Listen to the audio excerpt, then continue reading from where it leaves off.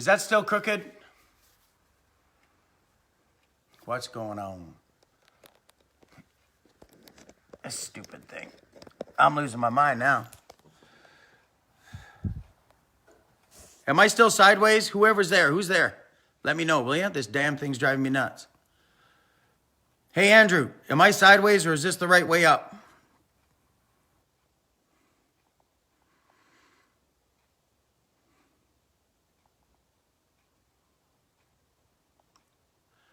I'm sideways. This damn thing. That's better, right? But I had it sideways before and it was working okay. Why the hell won't it flip? Driving me nuts. Is that sideways now? Or is that better? George, is that better that way? Sideways.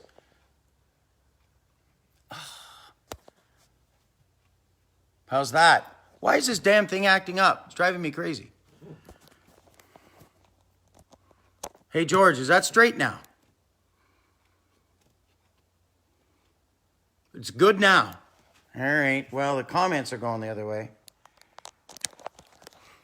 See? Last time I had Zach here. Look at the size of that mitt. That's a big mitt in the way.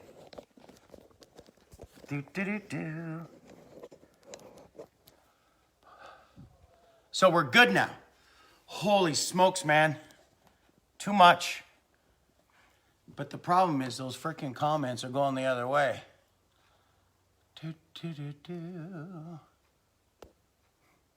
I got to get better at this. Okay. Well, cheers. Don't worry, it's just iced tea. Okay. Now I'm sideways. Thanks, Aaron. Dude, why is this thing going sideways?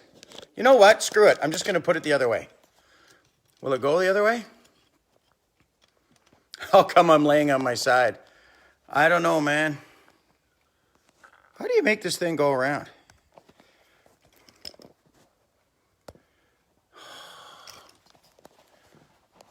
This thing is driving me crazy, man.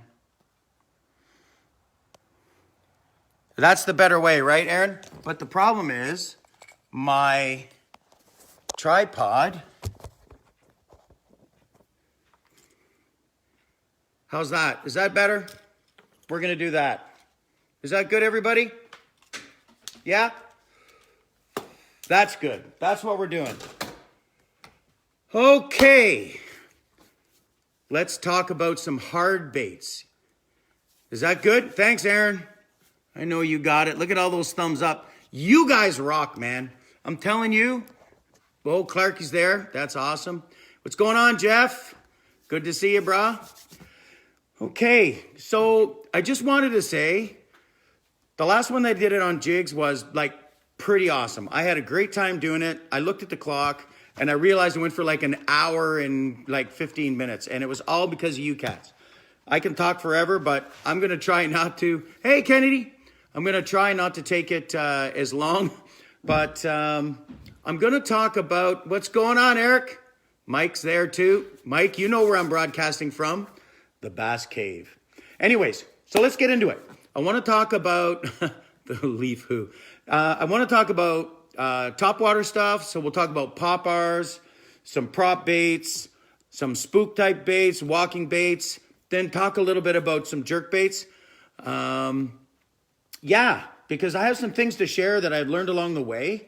I know there's some guys out there who are way more into this stuff than I am. But I'm just going to share what I got going on. Black is definitely my color. Look at those. That's it, man. It's the pipes. It's the pipes. Okay, so let's talk about poppers or topwater stuff. All right. So what are we trying to do? What we're trying to do is cause a little bit of a ruckus on the top of the water, pull some fish up. You know, in the beginning, the traditional, hey, what's going on, guys? The traditional thought was, you know, shallow water, you know, pull up some smallmouth, some largemouth. But I want to look at this a little bit differently. I'm going to show you what I do. So let's look at in the beginning. Back in the beginning, we had the old popper, right? This is the 1/2 ounce one with the orange mouth, textured side. I know that Bob Boomer wants to be in. Well, go ahead, Bob. Why do I have to approve anybody? Hey, Jamie's there. Great. Jamie gets to listen to me babble. That's awesome. So anyways, this was one of the old style poppers, you know, the old Rebels, got a textured size. I don't know if some of you guys would remember, but Zell Rowland used to polish the sides down and make them really, you know, smooth and change the shape of the profile on it. The feather or not to feather? Well, that's the question. I'm going to come to that in a second. So then we went to this one, a little bit more narrow. When it comes to the feather, I'll be honest with you, I really haven't found that much of a big difference. I know some guys go crazy over it. They put them on their, hey, Tom, they put them on their jerk baits. They put them on their spooks, and they think it makes a difference in it. It moves and stuff like that. I don't know. I mean, my buddy Dave Chong, who everybody on here knows, is just crazy for putting lots of that stuff on, lots of feathers on his jerk baits and his pop bars and all of his air spooks. And there's no doubt, you know, he's a decorated, you know, tournament angler. But when we were in the boat together, and we were both fishing topwater jerk bait, I can't say that, you know, he caught 10 to 1 more than I did. You know, maybe I caught 1 or 2 more fish. And if that's your deal, do it. Sometimes I do, sometimes I don't. What drives me to do it? If the fish are super aggressive, it doesn't matter.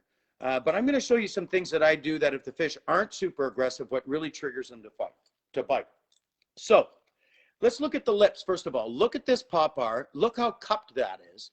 And look how much, I don't know if you can see, how much water that's going to throw. Compare it to this one. This one's a classic, the Excalibur one. Now, if you look back, and if Jared Dean's watching, I don't think he is, but if he was, right now, about now, something in his pants would have moved.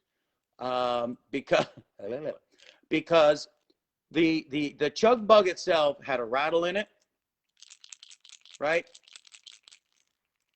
It's a little thinner bait, and it walked. Very important. When you're looking at a bait like this, with a big lip in it, when you turn around and you pop that bait, when it's sitting in the water, all of these popping baits sit in different angles. So if you turn around and you sit that bait in the water, some of them sit this way. So when you turn around and you pop this, it's going to pop back down this way. It doesn't move very much. It really doesn't. But the Excalibur, when you pop this Excalibur, it's a longer bait, thinner bait, smaller lip on it. This bait will probably move 6 to 8 inches as you move it through the water, where this one has more of a tendency to stay in one place. Now that brings me to my favorite popper. This here is a 6 cents popper. First of all, look at the angle of it, and then look at this. So first things first, you'll notice it's triangular, right? It's triangular here, which means when a fish comes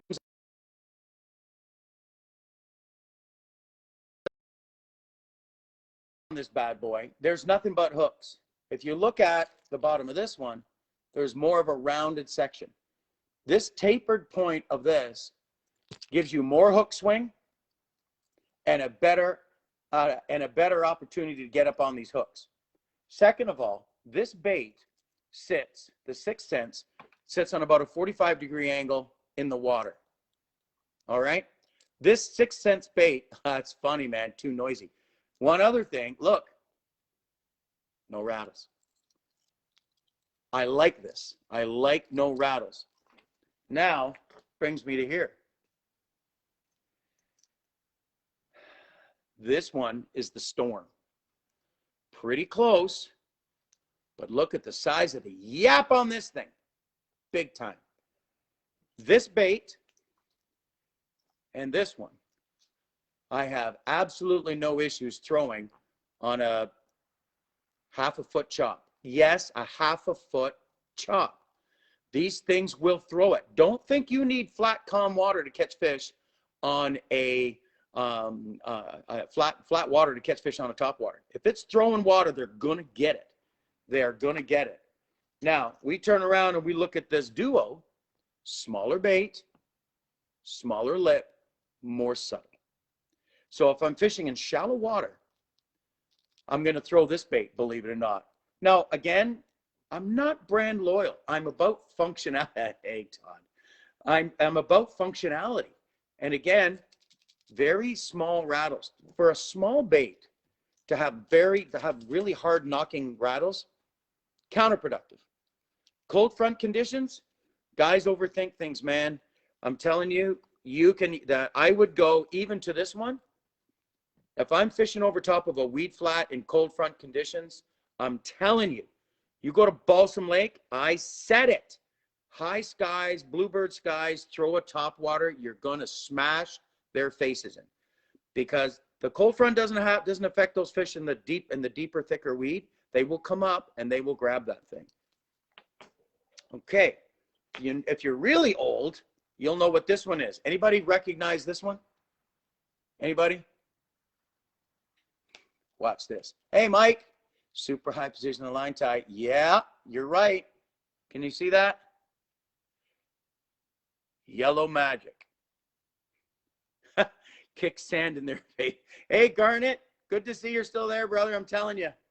You rock, buddy. Those yellow magic. Hey, Garnet, remember the little yellow magic we were throwing there in Muskoka? The little tiny popper. Myself, yourself, and the Gooch were fishing that sand flat. Incredible. Yellow magic. Now, they made a popper that was a little bit bigger than this one. For some reason, didn't work worth a crap. This smaller one really did the deal. Again, the other yellow magic, small hooks. But the thing about this yellow magic was, if you can see the cup, it had a deep cup for a small popper.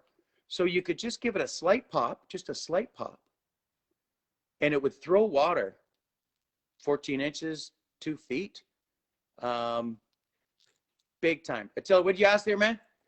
Would I add an extra split ring for the hook? No, I wouldn't. If you look at some of these ones here, I don't even have a split ring on the eye because I tie the old Rapala knot where the actual knot is further up in here. And somebody asked me if I would do a video later on knots and stuff like that and applications. So I think I will. But anyways, if you look it up, you Google it, it's a knot that ties up into here and allows the bait to move freely, because I really don't want that extra weight of that split ring. So that's kind of important. Let's see. Any other questions on, okay, let's talk about line for this. So it really does depend on where I'm fishing it. So if I'm fishing sturgeon, if I would say for Sturgeon Lake, I like these older, bigger, heavier duty poppers for largemouth. And what I would do smallmouth hit them too, but I just find this is a beefier popper for it. The eyelets are strong. On that, I would throw 10-pound braid, straight braid.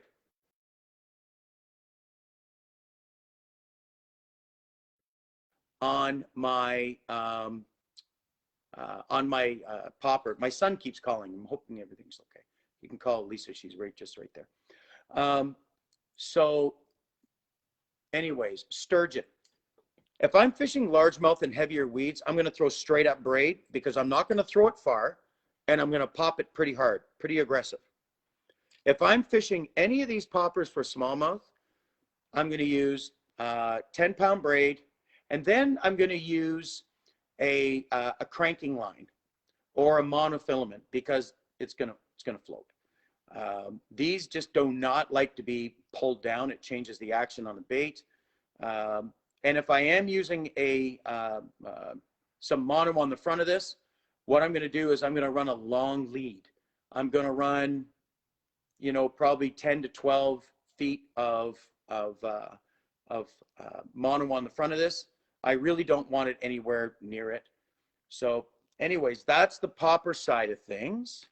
Any other questions up in there? No? All right. So one other little thing that I came across, before we get into that, let's talk about these. To bring the noise down, I use fluoro. Problem is the fluoro is going to sink. I found it sinks anyways.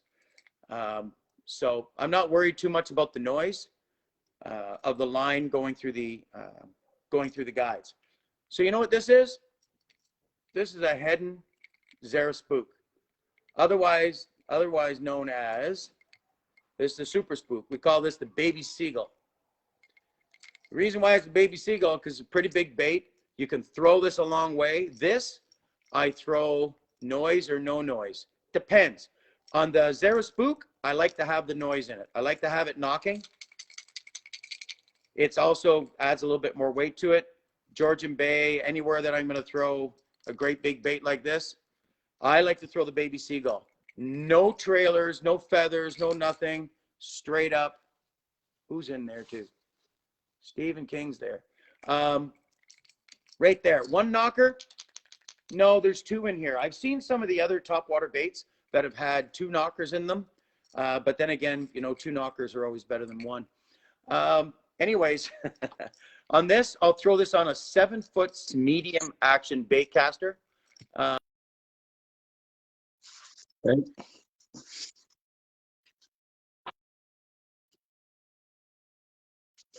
Hey, Stephen, I see you.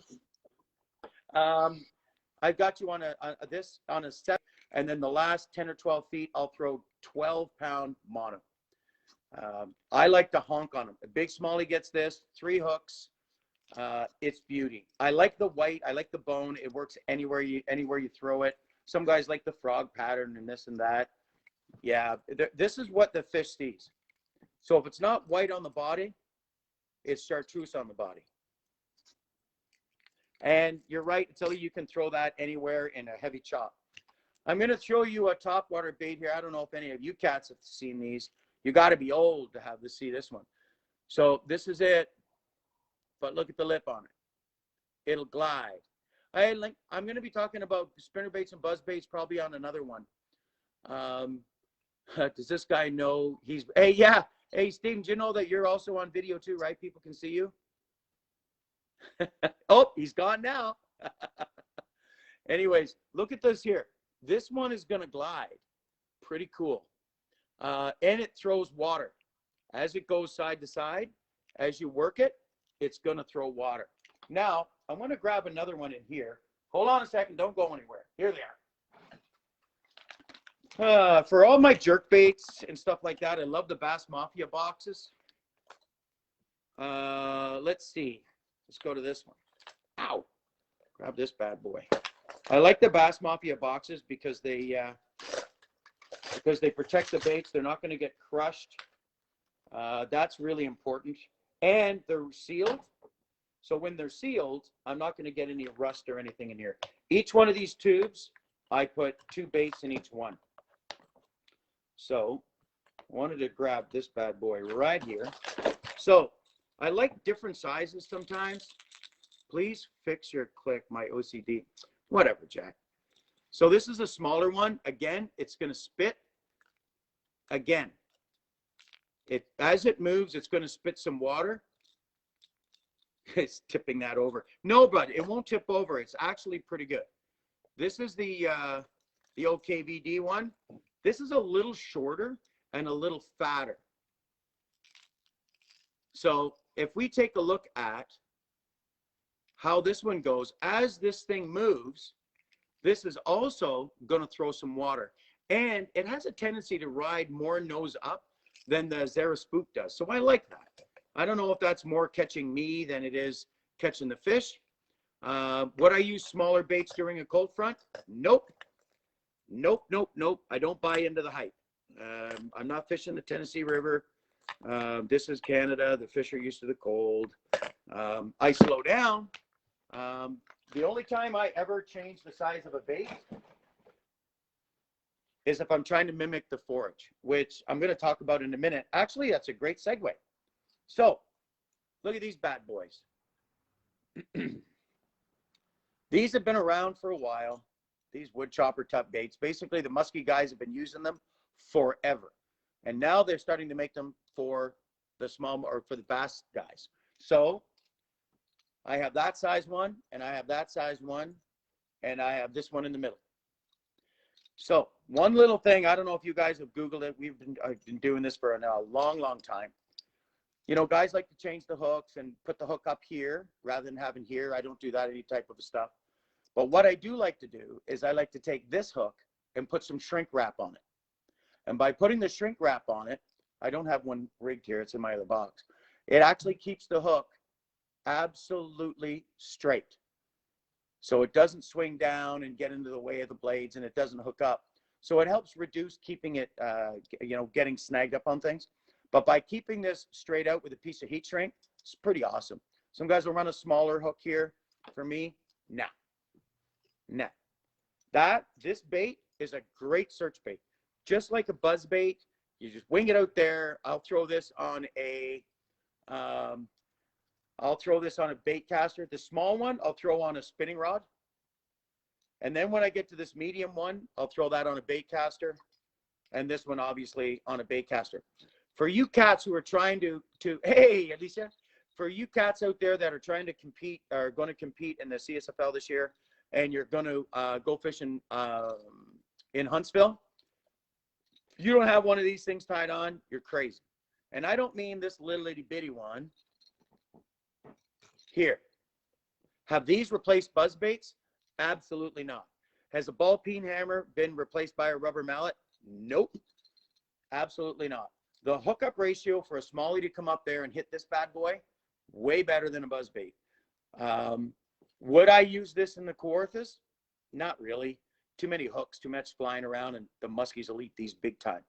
But the profile of this is much different than that of a buzz bait, because in a buzz bait, the blade part's up here and the business is down here. But if you look at in this, the hook part is back down, the spinning part is here. It's all business, you know. So this is just another tool in the toolbox as far as top water goes.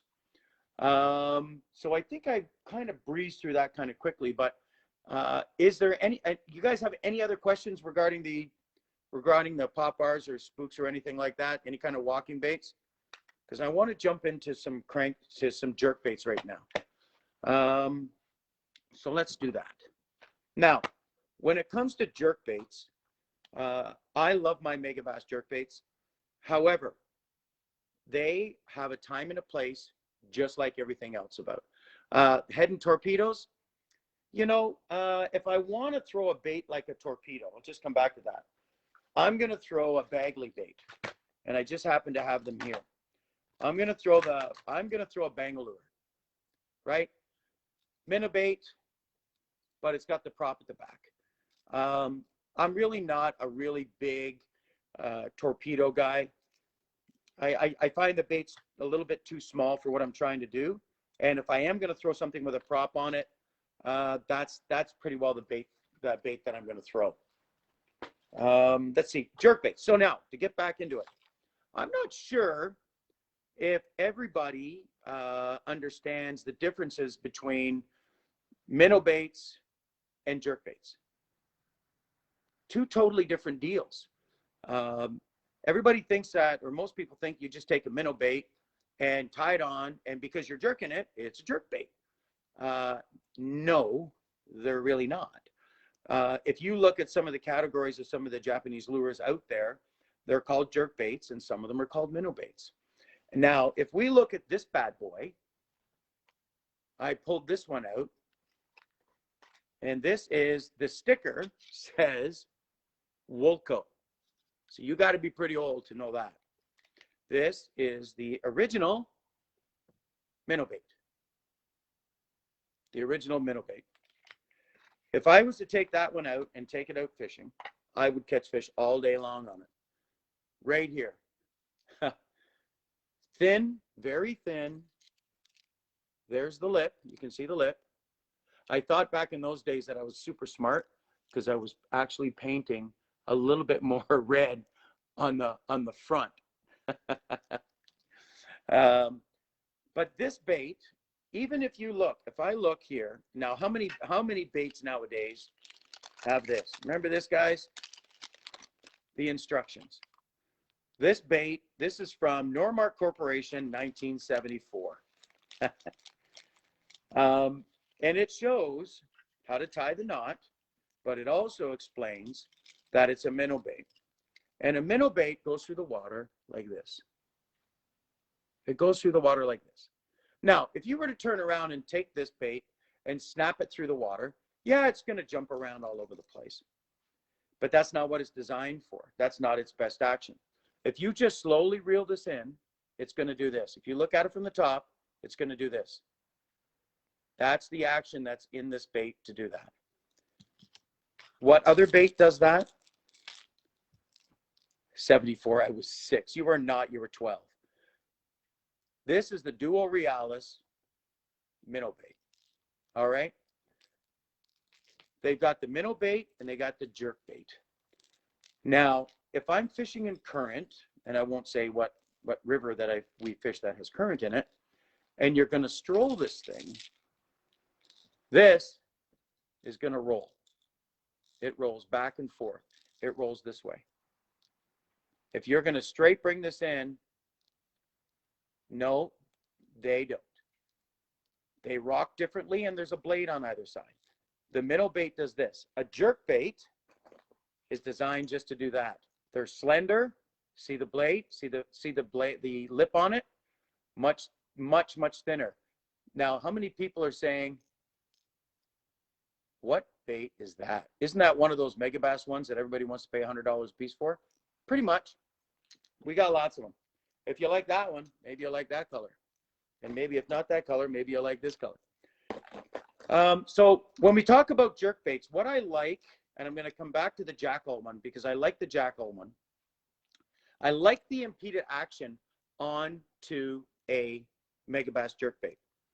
They're thin and they're meant to slash. They are meant to dive, jump, and everything else. But I want to show you something.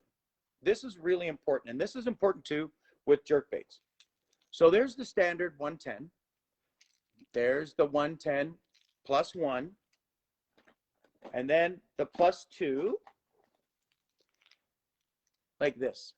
What I like about the megabass is whether it is the standard bait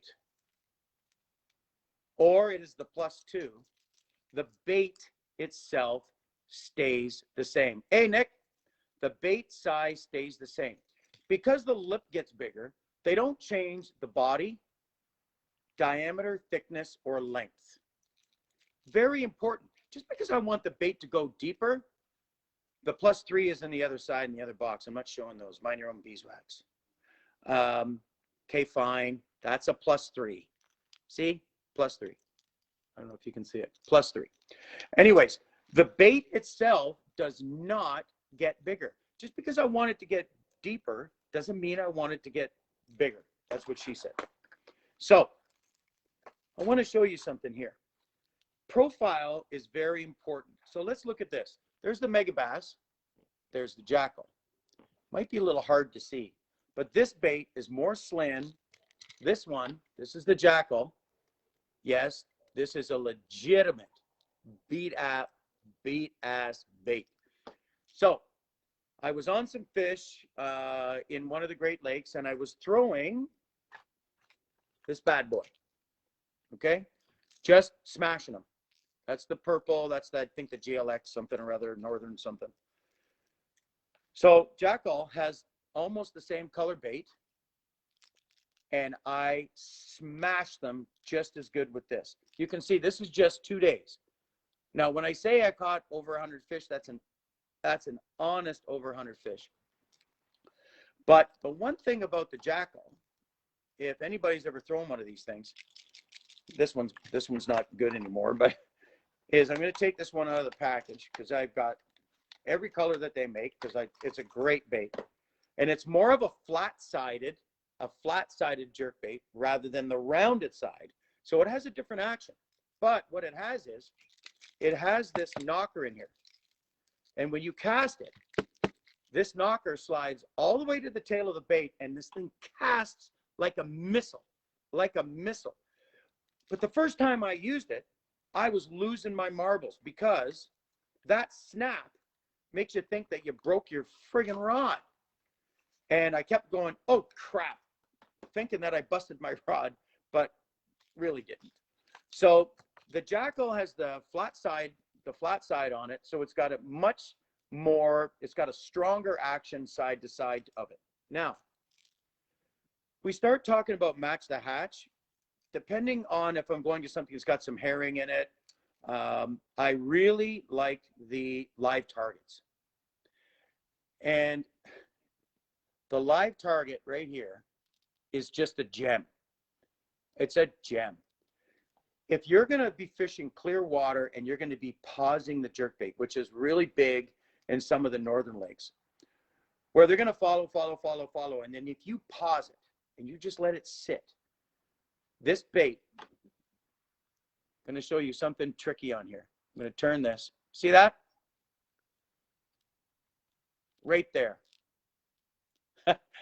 Aaron, absolutely, man. You see the lead? I've got lead on the bottom of this. This is what I was saying of what are you going to do if the fish are following? So these fish, when you're snapping this bait through, I put and this bait would suspend. I put the lead on it, so when I paused it, it would just sit there and then it would hang like this. And when it started to tilt down, those fish would smash it. I've got some other jerk baits here where I actually have the lead back here, which means that when the bait is sitting there, then it would sit there and would tilt, come back this way. So depending on what the fish are doing and the size of the forage that they're chewing on, I used to like to go to this one. Now, Lucky Craft, same deal. Great bait. I'm going to show you a couple of other little ones that have been stellar too. These little ones right up in here. Great jerk bait. A little bit longer lip, gets it down. Now, some of the guys who've been around for a long time, you're going to recognize some of these Lucky Strikes that you can't really get anymore. And this one is killer. This is one that a lot of people got a lot of money won on Cooch and Simcoe on this color, this size. Absolutely deadly. So you look at body profiles. You're looking at some of these little ones in here. Now, it's okay, you know, some guys, you know, if you fish the same couple, 3 lakes, to go out and keep throwing the, you know, the same profile, the same size. But if they got a lot of herring in there, it's going to be a little bit more of a match. And I find that when it comes to jerk baits, for me personally, that matching the hatch is very, very, very important.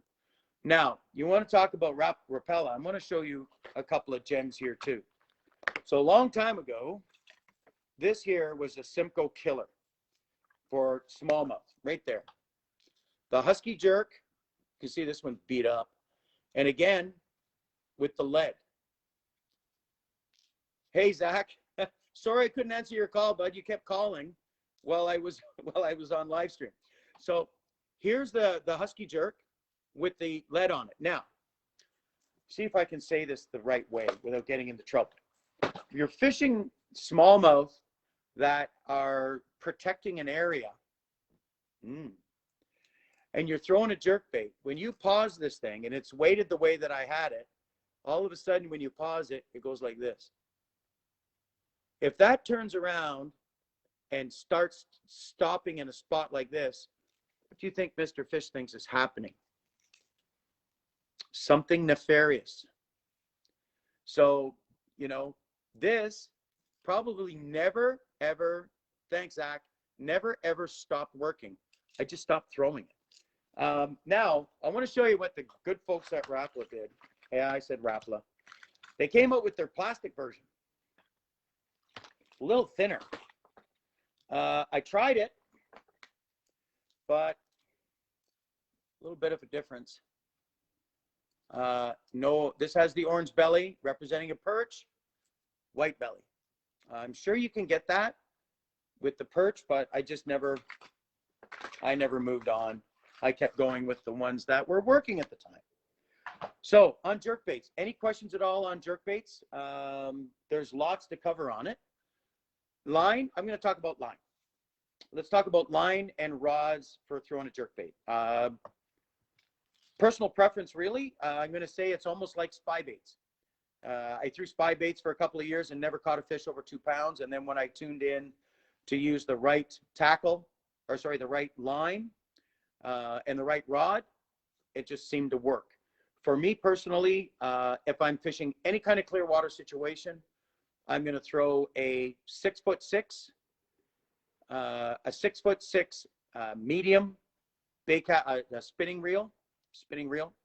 I'm going to throw 10-pound braid, and then I'm going to throw 15 to 20 feet of a, if I'm a little deeper water, I'm going to use 10-pound fluorocarbon. Stroll them. You can just keep that pie hole of yours closed, Mr. Kennedy. So I like to use 10-pound fluoro, and I like about 20 feet of it. And the reason why I like so much, just like I do when I use my drop shot or a tube, I don't use the very long lead because, it saves me from breaking off. It's got nothing to do with it. When you get into a big fish, and I'm not talking about a 3.5 or a 4-pounder, that's not a big smallmouth. Okay, it is maybe in some places. But when you're getting to a big one, like 5s, 5.5s, and bigger like that, those fish had hands, they would punch you in the mouth. So when they get up close to the boat and they just make that last run, or 2 runs, or 3 runs, I like to have fluorocarbon to the fish, through the guides, and on the reel. I do not want to be looking 3 guides up and seeing that knot. And I don't care what holy Jesus loving knot that you've got that you can tie with your feet and your hands. Just myself personally, I do not want to see the knot. Do I swap the hooks out? Absolutely. I know there's lots of megabass guys out there who like those outward barbed hooks. Never liked them.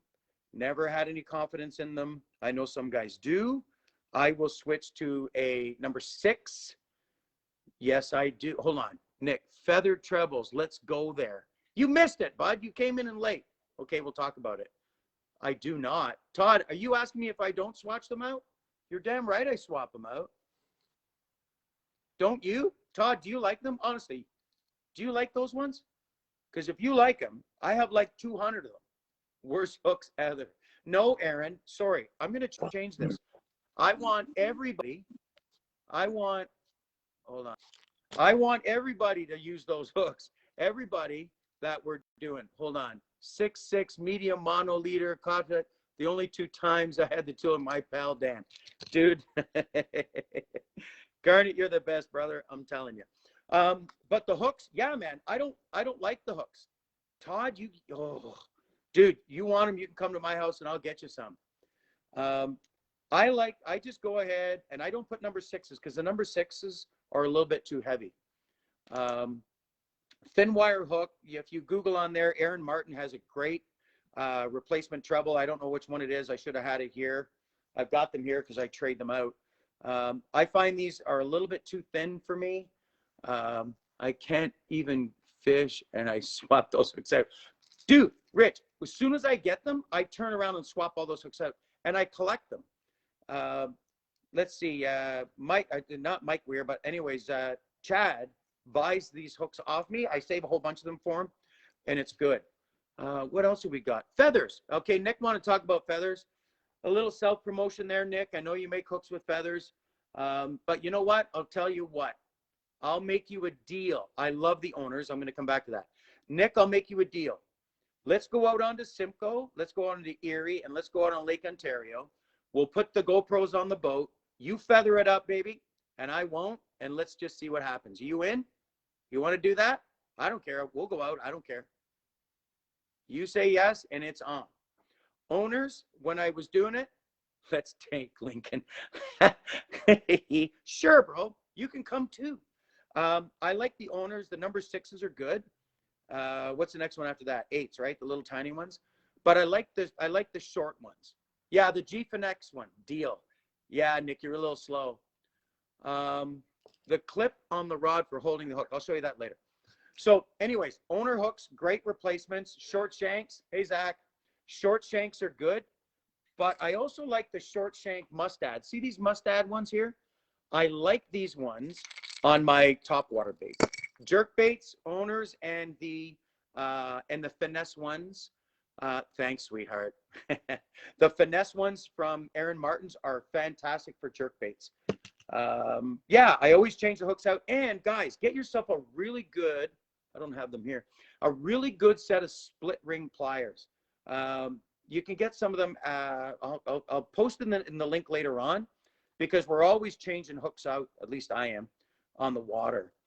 Let's see, jerk baits. What else have we got going on here? Oh, I'm going to show you some weird jerk baits that I've got. Well, they're not weird, but they are for me. These are some ones that I like to throw for largemouth, believe it or not. Hey, Scotty Berry's in the house. So these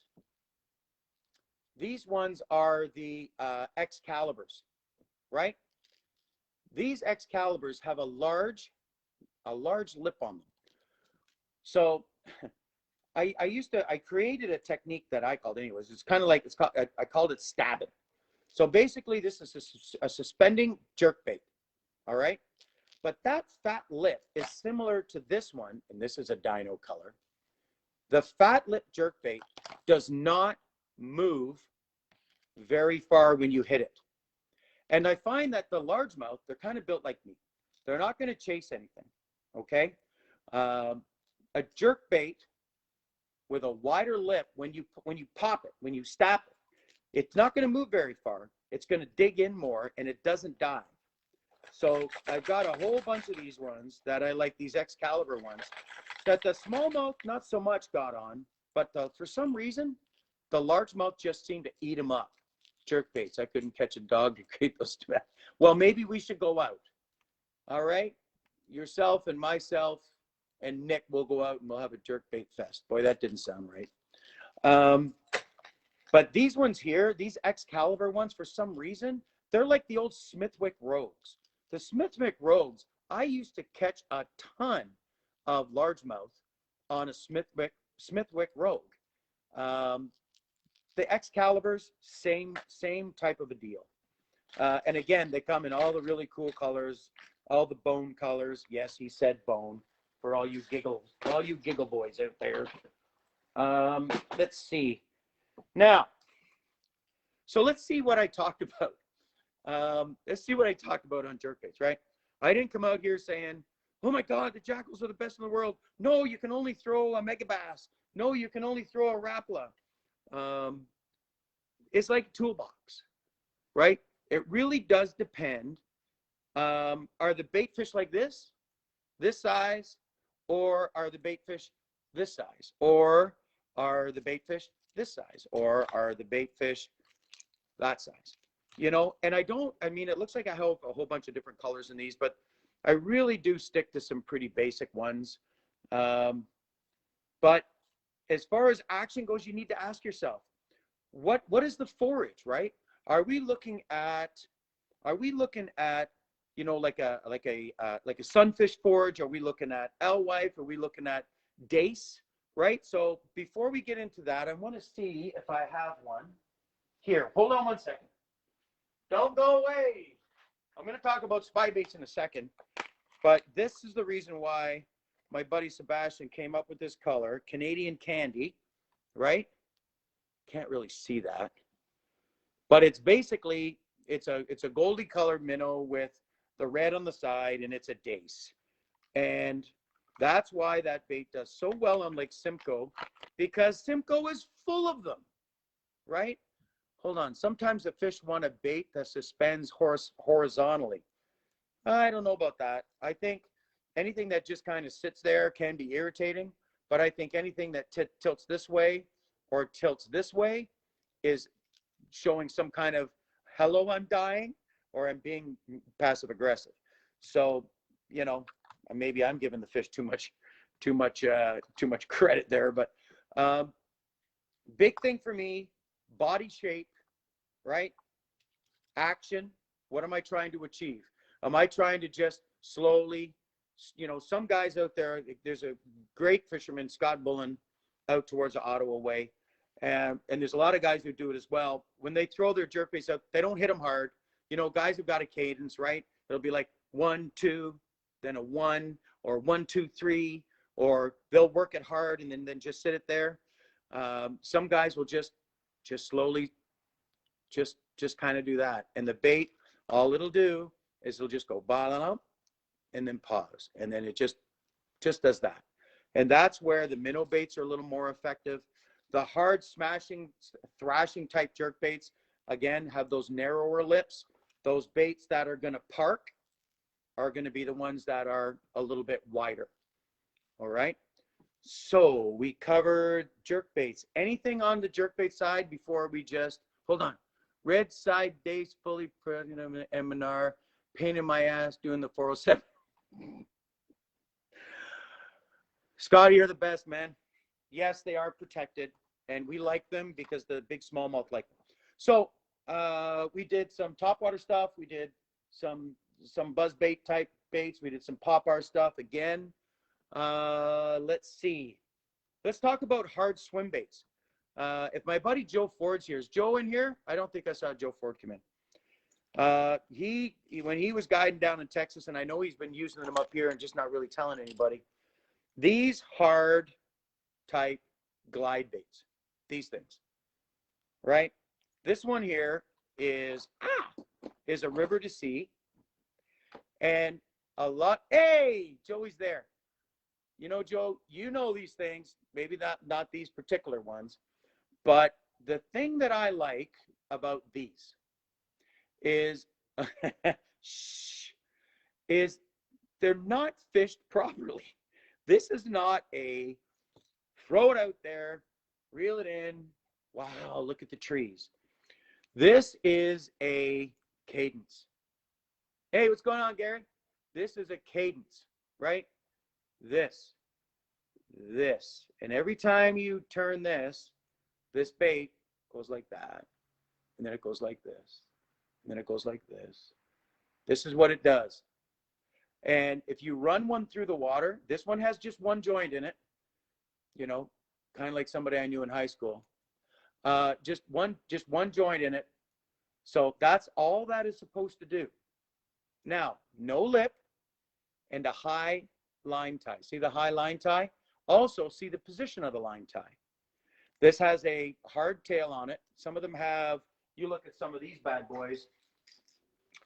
This one here, ouch! This is a real bait one. These ones are from California. These are like, I don't know, 90 bucks, 80 bucks, whatever they are. They don't catch any more fish than this river to sea one. All right? The muskie like it. Buddy, the muskie like this. Actually, you know what? The muskies will eat this too. So I just thought I'd throw that out there. Now, I'm going to show you some pretty cool stuff now. Kevin Van Dam worked with the cats at Strike King, and some of you guys may remember these bad boys. These things. Anybody remember these? These were the hard swim baits by Strike King that Kevin Van Dam was out there winging around all over the place. Now, let me tell you something.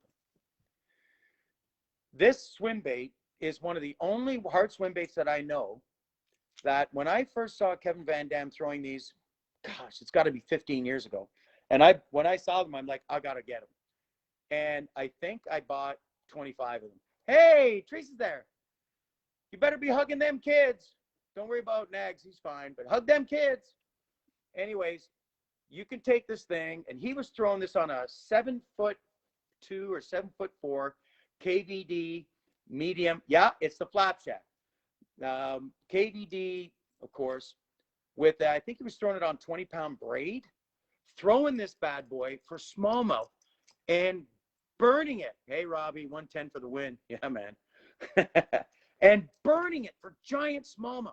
And I mean, as fast as he could throw, reel this thing. And what impressed me the most about this, it was similar to burning a buzzbait, but it didn't roll. You could see it come, and it might turn a little bit, but I'm telling you, you look at the side. You want to see me catch a muskie on a sandal? I can do it. Look at the size of the hooks on here. These are like number 6 hooks. Hey, Martin, you dog. So when you look at some of these ones, this is one that Kevin was throwing. Of course, that's the one I had to buy first. And it was great, you know, because when you're winging it like a 1/2 ounce or a 3/4 ounce spinner bait, you're cranking that as hard as you can, throwing it on braid. jacking big smallies. Every once in a while, you got to fix the blades, you got to fix the wire. This thing, this bait was a throw and go all day long. Don't tune it, jack on fish, hard swim bait. Makes lots of noise. There's really no rattles in it, but just the clicking of this thing, yeah, it's sexy shad. Just that thing going as fast as you can, and it dives. This one here dives to about 5 feet, maybe 7 feet. This one gets down to about 2. Again, they say it's a wake bait, but the way that Kevin was burning this bad boy was pretty awesome. Pretty awesome. So that is some of the hard swim baits there. Right? And you can get into some downright really expensive ones. I know Joe works with some guys that have got some beauties. Again, it's something different. You know, you get into some pressured fish, whether you're fishing on, you know, maybe balsam or skugog or tri-lakes. You get into some of those inside weed lines. You know, you can throw a square bill crankbait. What time have we got? Holy smokes, it's almost 9 o'clock. So I'm only going to make this an hour because I don't want to go too much longer. So if you're gonna, you know, want to throw something different, and we'll talk about crankbaits and all that different, you know, on another time if you guys want. I like these hard baits. This one is definitely a finesse one. This one I would throw on 10-pound fluorocarbon. Again, the KVD style one, 20-pound straight braid. I throw this on a 7'4", 7'6" medium heavy rod. Bait caster, wing it out there, reel it in just like it's a spinner bait. It makes a lot of noise, and it's got some great hookups, some great hooks on it. So we've got, it's 5-2. Do you guys want to talk about spy baits for a little bit? Throw it up in the comments if you want to talk about spy baits for a little bit. Yes, please. I want a crankbait, please. Yeah, we're gonna have to do that another one because the crankbaits we can just go on. You know, for so many years, the tournaments that I fished, I threw a jig an awful lot. Okay, jerkbait summary. Okay, so I'm gonna come back to spy baits, Alicia. Don't worry. And yes, spy for the guy, but I want to talk about rods again. Greg asked about rods. So for the jerkbait, and I don't want anybody taking this the wrong way. But if you're Spencer, you probably want to use a 6'2", a 6'2" jerkbait rod. If you're over 5'10", you probably want to use a 6'6" or maybe a 7. And the reason why I'm saying that is I typically work a jerkbait down. I work it down because when I feel that hit, I am definitely turning and lifting to set the to set the hook. I'm not doing this. If I'm going to jerk that 5'2", I knew you were. If you're working a jerkbait this way, you're going to be pulling the bait up. When working a jerkbait, you want to do one of two things. There's 2 ways you can throw a jerkbait down. You can either do it with straight contact with the bait constantly, or what I like to do is I like to throw the line, okay? Which means I've got slack in the line and I'm throwing the line, because that way if a fish hits the jerkbait, I'm going to see the line jump. It's me. And as long as you've got contact with that jerkbait, you're impeding the action of it. So if you're throwing the line in it, it's almost like when you work a Zara spook, right? You don't work a Zara spook on tight line. If you work it on tight line, you're not going to get those full glides side to side. If you're going to turn around and throw it on a tight line, it might walk this way, right? So throw it on a nice rod. So again, I like to throw a jerkbait with a downward slashing action by throwing slack in the line, which means on my Ranger, it's, I don't know, it sits maybe 18 inches off the water. I've got low gunnels. I like a 6'6", 6'9". You know, believe it or not, I have a couple of 7'2" rods that I purposely took the tops off so I could get the right action on them and then reposition the guides. So it's the right height for me. I'm 5'11" and 7/8 or 5'11" and 9/16. I'm just over 5'11". So a 6'8", 6'9" rod works good. 7.2, 7.3, the rod tip is hitting the water, and I really don't want any of that action. So rod, I like a medium, medium heavy if I'm throwing anything that is more than a +1, +2, or if I'm doing this. Up out we go. And back, here we are. If I look at my my pointers, and I'm going to throw these pointers that have the bigger lip on it, definitely throwing a medium heavy. You need the backbone in order to work it. Bernard's not in here. Mr. Balin's not in here. Mr. Kuzma's not in here. Those guys will tell you, if you're going to make that thing hurt, make it hurt. Would I fish a Megabass rod with Megabass jerkbaits? Why or why not? Nope. Sorry. Not sponsored, not being disrespectful to anybody. But the only thing I do when it comes to rods and reels, I find it, in my opinion, to be a little sacrilege to, I use my Daiwa rods that I have that are specific for application. I use the Daiwa reels, Shimano rods. I use the Shimano reels. I would not put a Daiwa reel on a Shimano rod. It's like ketchup and carrots. So I don't do that. Megabass rods, I've seen them. They're great. They're light. They're well built.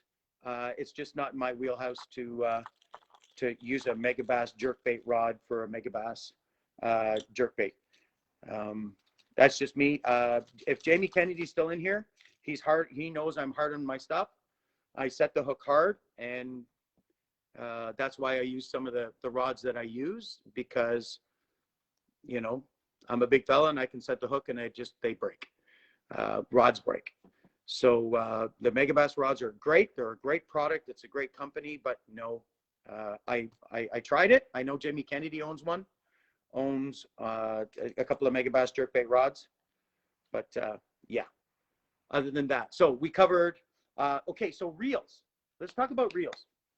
I like, when you talk about bait casting reels, everybody and their uncle knows. I got an 8, I got a 7-to-1, 7-6-to-1, 7-2, 6-3-to-1, 5-to-1. How many people know, excuse me, what is the speed of their spinning reels? Very important.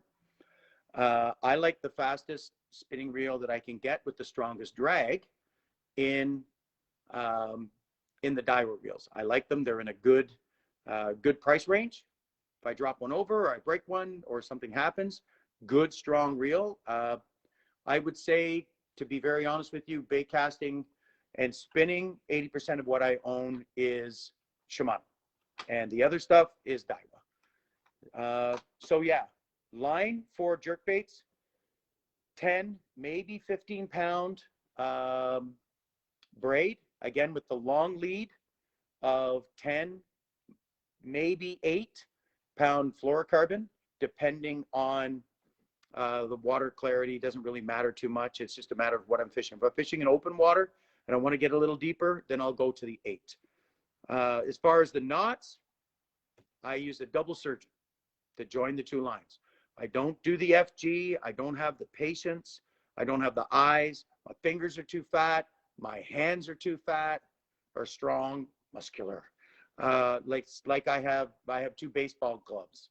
So those little bitty tiny knots where you're doing this and tying that, I can't do it in the wind. Double surgeon, fire it through, pull it through, done, tied, and I'm back fishing. Time is everything. I just don't have the time to do that. Anything else? What else have we got? Daiwa was good. Daiwa was awesome. Joey Ford. Okay, so I said a bunch of stuff, Joey. So I'm not sure which one. Was it the sandal or what was it? Because I know I'm talking fast now. Anything else? Did I miss anything? Any questions? Sausage fingers. Yeah, pinch those cheeks. I need a drink. Anything else? Any other questions, guys?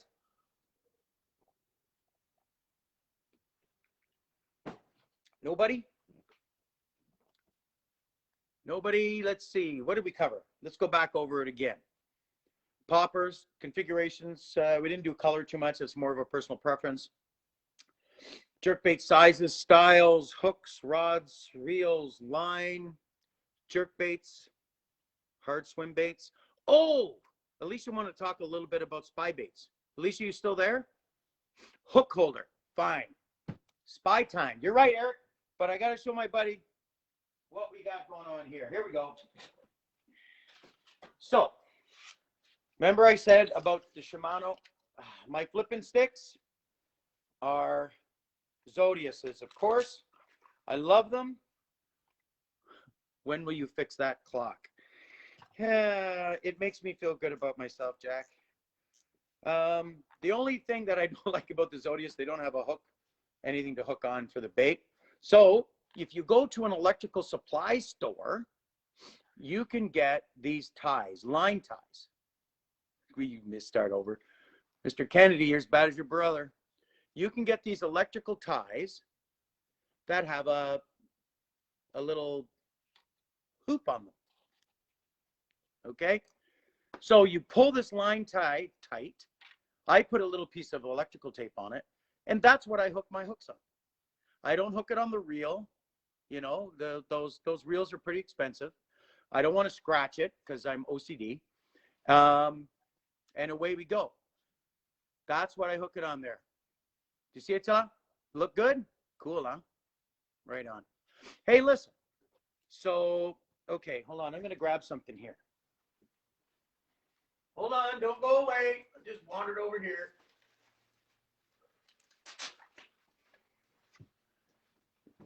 Totally not sponsored, but I want to show you guys something because I've seen so many people use these incorrectly. So if you turn around and you put your jerkbait on here, right? I'm just going to hook this on, right? You hook this on, and then you turn around and you wrap your bait on there, right? You think that that's correct? Uh-uh. The whole thing is when you put your jerkbait on, I'm going to rest this on the seat, pull this line out of the way. When you're putting your rod glove on, the deal is you're supposed to put the rod glove first, or the bait holder first on the rod, then you wrap it around. And what that does is it keeps the points of those hooks from getting into and scratching your rod. I've seen too many people hooking those things up and not doing them right. See how that hook's on there? Look, beautiful. And it's a nice enough distance away where it does not get into your reel, get into your rod. All right, spy time. Spy time. And the back deck of my boat is all full of jerkbaits here, which is fine because, you know, story of my life. So, spy baits. What have we got? We have the pointer one, right? Lucky Craft. Then we have the Storm, right? And then we have really the only one that I throw. I have these other ones because, again, I like to give everybody a fair shake, right? So the only challenge that I had with the duos in the beginning, okay? And I think you guys, this is what I just, let me grab my duos here. Here they are. So spy bait game, the spy bait game is strong, okay? It's strong. The only challenge that I had was all of the ones that they made were skinny ass ones, right? Skinny ass. Whether it was the you know, that size or ow, wow, this size, skinny, right? No, it doesn't. It used to, but not anymore. They've corrected that. So you had the longer one and the shorter one and the longer one. I was really, really, really happy and excited when they came out with this bad boy. Skinny isn't for everyone. I hear you. I like a little bit of meat on my spy baits.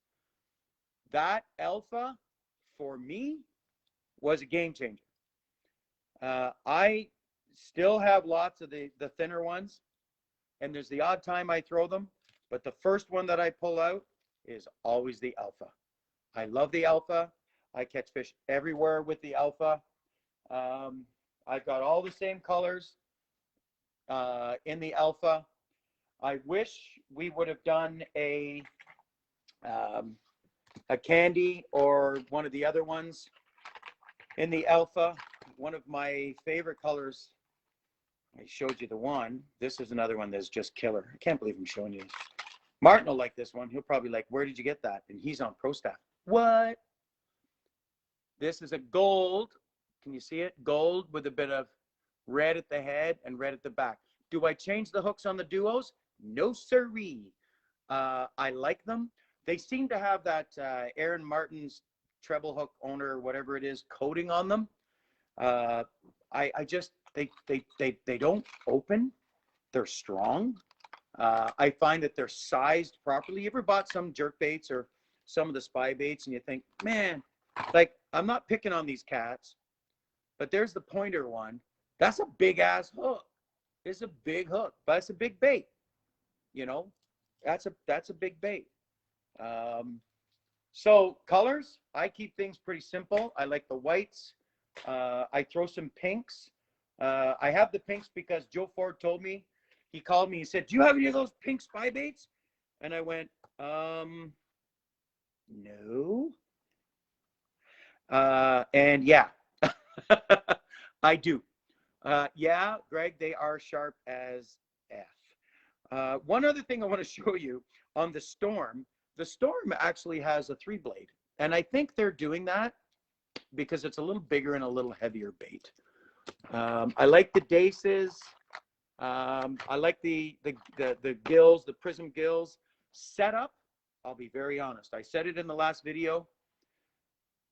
When Martin started sending me pictures of all these giant smallmouth that he was jacking on Lake Erie, I was getting pissed off. And he was sending me these pictures, and then he was trying to tell me what he was using, and I wouldn't listen. I absolutely wouldn't listen. But it took me 2 years to listen because I'm a little thick in the head. And you know what, Josh, you're right. They are a great value for sure. The Storms are, especially on pike water. But I have 3 of the Seth Fighter marabou rods, and actually 4. I use 2 of them for marabou. And yeah, Aaron, you're right. Sorry, guys. Aaron said that if you contact Duo, they're great at replacing those old ones with the hooks that pull out the back. Absolutely, they're great like that.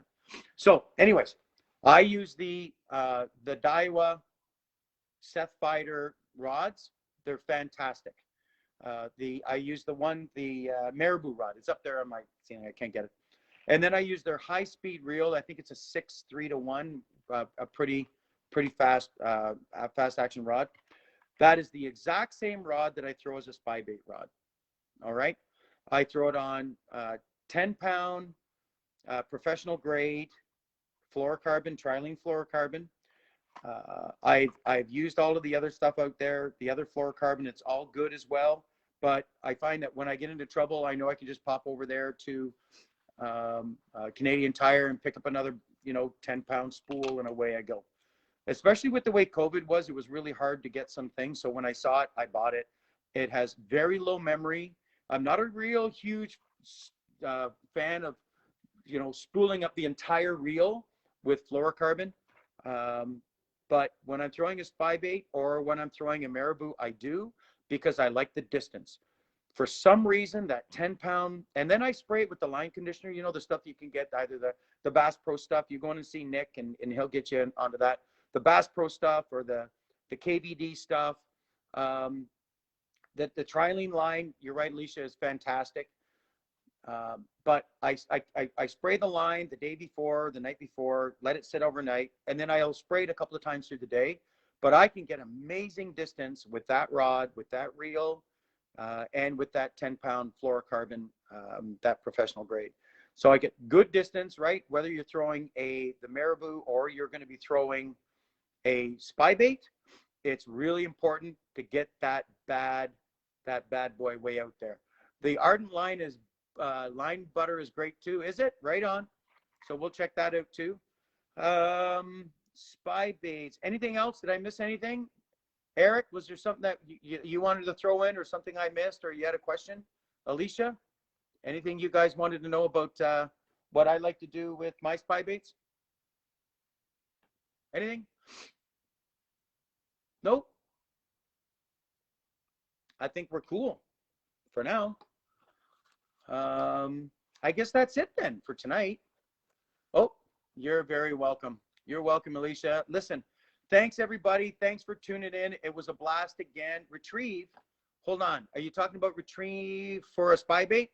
Yeah, pretty simple. I throw it as far as I can, and I just reel it, reel it as slow as I can. I haven't caught one fishing it fast. I just slow. I just fish them slow. For largemouth, Josh, no, I don't. I have not fished them for largemouth. Maybe I should. Do I scent my hard baits? No, absolutely not. Well, if I put them in a place where I think they're a little stanky, no, thank you, Teresa. It was great. Thanks, Sean. Good seeing you today, bud. If I put them someplace where I think they're going to be stanky, you know, maybe in with a sandwich or something, okay, Josh, that makes me feel better now. Then I might spray some garlic spray on it or something, but other than that, no. What line do you use? You just missed that one. Do I make a change in the past season? It was great decision for. Yeah, you know, again, 10-pound professional grade fluorocarbon, 10-pound. That's it. That's all I use for it. Come out with me on St. Clair. Yeah, buddy, that's a date.